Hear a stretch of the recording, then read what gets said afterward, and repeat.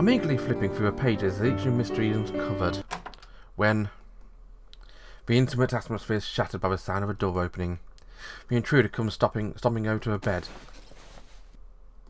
Hey, what do you think you're doing? Oh, and lifting up, I'm making me look cute. What am I doing? What do you think you're doing? Don't ask my question with a question. By now I have been indulging in one of life's small pleasures. And yet you destroyed one of mine. I stare at her, startled by her retort. Without a word, she helps me into my wheelchair. Hey. Yesterday. Huh? Are you kidding me? Yesterday I promised I'd visit the choir club after class today. Her behaviour finally clicks and I nod in understanding. So you did. Right. And having promised them I was all ready to go, when I get back here and you find yourself lounging reading? What does it matter what I'm doing? You're the only one who made that promise. Go on your own. Go where? Huh? I don't know where the choir club practices. In the chapel. I'm on the verge of telling her just to go on her own again, but thanks to a genuine look of annoyance this time, I swallow my words. Well, I'm the one who lied to get her to come with me yesterday. Perhaps I do have a bit of responsibility here. Fine, I'll take you.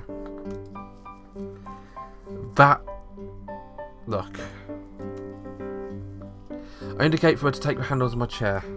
But I'm not singing. I warn her in advance. You came! Kamikado-senpai dashes over to us with a welcoming smile. The way she trots along, light-footed but deeply in earnest, all the same. Reminds me of cute little Dachshunds. What is it? Is there something on my face? No. I was just thinking of something funny. I try to reassure her, but she pats her face on her hair. I see. I'm so happy you came. I can't stop my mouth from twitching and get at the sight of her brilliant smile. You can almost see her tail wagging behind her. I clear my throat to bring myself back under control. Okay, I'll leave Takasaki for you then. Takasaki naggles her eyes and looks around the chapel disdainfully. You should try and stay to watch too. Like what you see, and I'd love to have you join. I'll think about it. Now, to give you an introduction. Of course. She grabs her hands together, blinking her celadon eyes and calls out to a girl standing in our direction. She comes over to us looking confused. What is it? It's been a while, we're ending up face to face with our class president. Guess you to give Takasaki and Yaegaki-san an introduction to a club? Since you're in the same class, I thought I might feel more at ease with you. Is there a problem? Who could possibly resist a request from such a cute little Dachshund? Of course not. She has no choice but to nod reluctantly. And that's what we're doing on Choir Club. You practice more serious than expected, don't you think, Takasaki? Do you do vocal training as well? The president's brow furrows. She's clearly troubled by Takasaki's question. Do you have any more questions? She turns to me. I guess she's still feeling awkward too. Though she apologised to me for treating Takasaki like the culprit behind the whole business or her baby rabbits. She still won't talk to Takasaki herself, perhaps because she's not quite sure yet how to feel about her. Actually, in avoiding Takasaki, she's also been turning her back on me quite a bit lately. Questions. There's actually something that's been really causing me some heartache recently. Oh, I didn't know you were struggling with something. I should have told me sooner. I'll tell you now. Recently, Miss Girl has always used to invite me over to her room, or TT parties and things. Has been completely ignoring me. I don't get any phone calls, letters, even cookies on me these days. Makes me wonder if she actually still likes me. What do you think, Prez? Don't be mean. I do feel bad about it.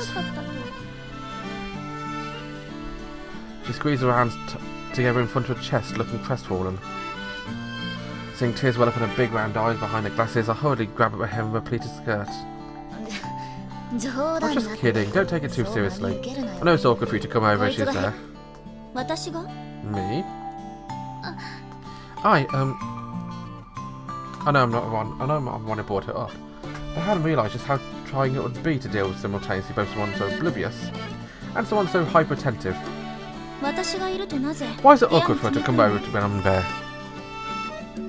She seriously doesn't get it at all, I tell her.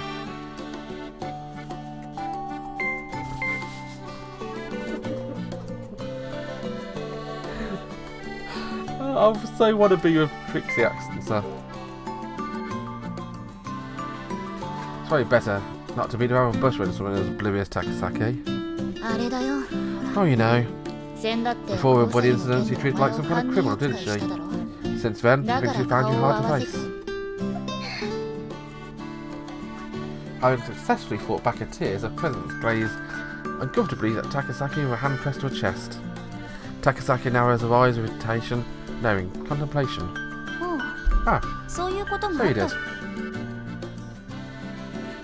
She says it with complete indifference. Are you not angry? Angry? Why would I be? Under the circumstances, anyone would have respected me. It wasn't your fault. Huh. Up until now, I had this impression of her as a complete eccentric, hopelessly oblivious to everyone else. Turns out she's surprisingly magnanimous.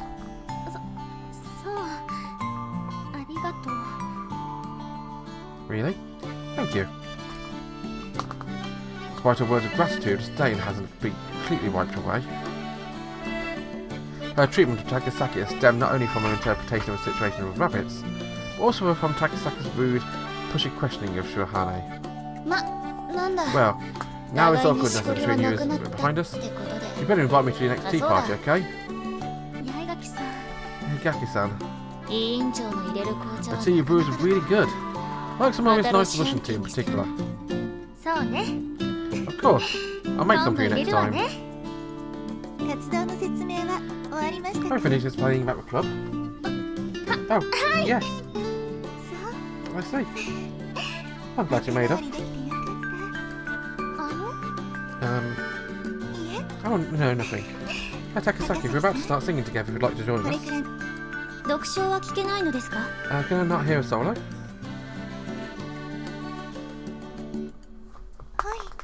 Excuse me? I'd like to hear a president of the club singing a solo. With typical obliviousness, she asked Mikado-senpai to sing for her. The gaze of required club members grow visibly sharper. Well, it might be nice singing a solo for a change. Mikado herself doesn't seem to mind. She speaks to a pianist asking for accompaniment. And which song does she start to play? A Tota Polka-S. The song from that day. One that always recalls the Feast of the Assumption. Right. This is a song that Yuri Kosaka sang. She murmurs the name of a girl who disappeared. And Suoh Shirahane played accompaniment, didn't she?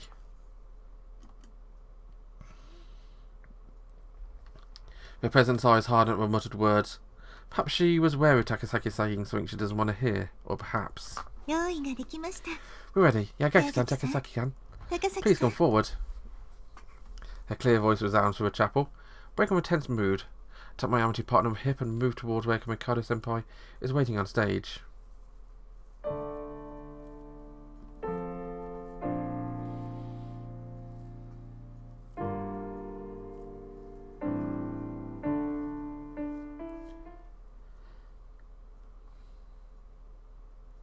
In the end,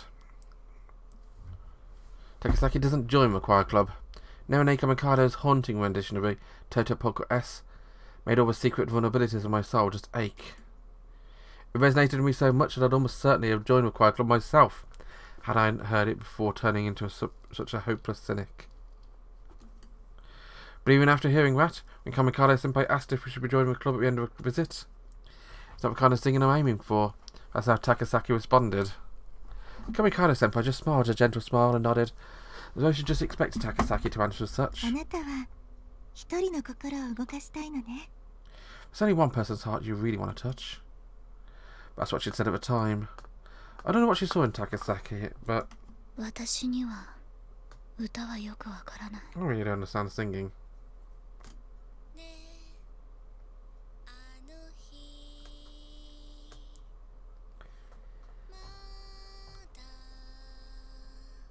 As I'm lying in bed, I hear a faint sound of singing drifting over the window, like the distant warble of birds. It's nice. Somewhat sad though. It's like a lullaby.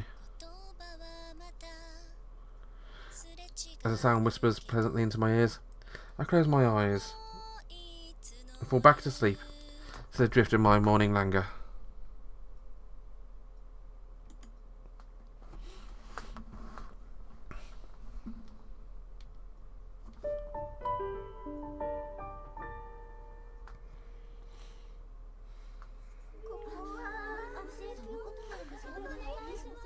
At Sister Basket's request, I tried to ingratiate Takasaki to the class, but the end of term examinations are upon us. Hey, Suoh-chan, what does this mean? Here to go. I asked my questions first. There's still enough break time left for both of you. Shirahane smiles upon the twins' barrage of questions. She looks both a little put out, and at the same time like she's really enjoying herself. Perhaps she likes having others rely on her. On the other hand, a peasant who is best suited to helping people out with studying and stuff. One at a time, don't push. It's about as popular as a real president is right now. Even though President Shirahane are about the same in terms of academic ability. Like a flower on a lofty peak, somewhere just beyond my reach. But while it seems like she can just wield the softest of touches. Because Shirahane is hard to approach, the only ones who can get to help are the Sasaki sisters.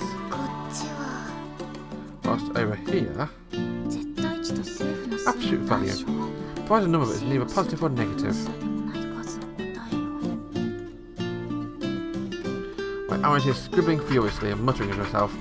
Of course there's no one else around, she's sticking at herself study. Well, I suppose I'm in the same boat.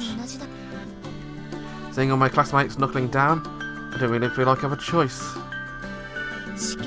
I've heard if you fail a test you have to give up all your Sundays just for makeup classes.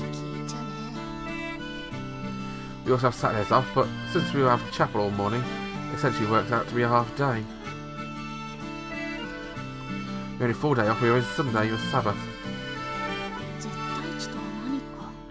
What actually is an absolute value? I'd really like to know. Most of those precious days off, being lost to supplementary classes is enough to make me even get serious. I approach Takasaki, who's glaring down at a textbook with narrow eyes, and pick up a note she's scribbling.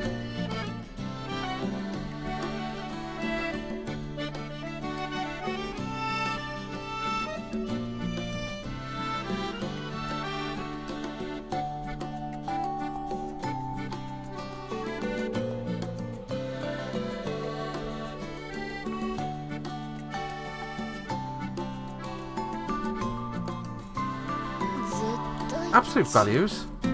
You're only learning about that now.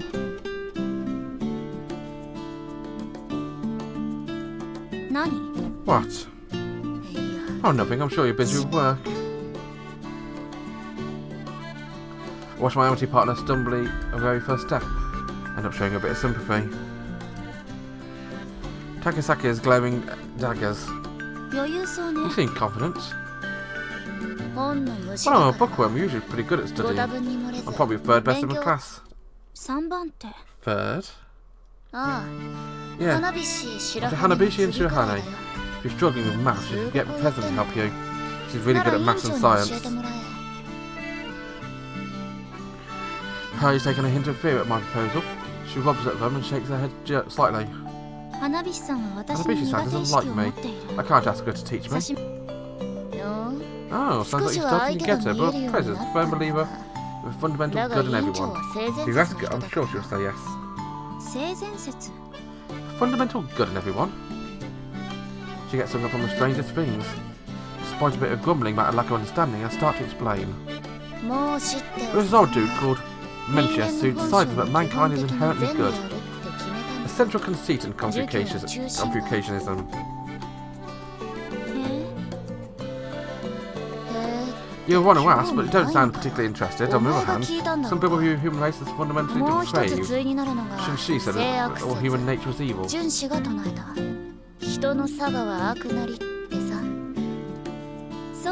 Yes. I agree with Shun-shi. She butts in with her thoughts before I can finish my explanation. Well, I suppose on his side too. She'd go ask the president. I glance over her direction. Looks to be difficult to break through with all the people surrounding her. Actually, it might be quicker to just teach yourself. Yes, so don't bother me. She dismisses me and goes back to glaring down at a textbook. I won't, as long as you don't bring that attitude back to our room. I give her a clear warning. But she comes back in the same maddening mood. Of course she does. It's like this episode, it always ends. Bye bye.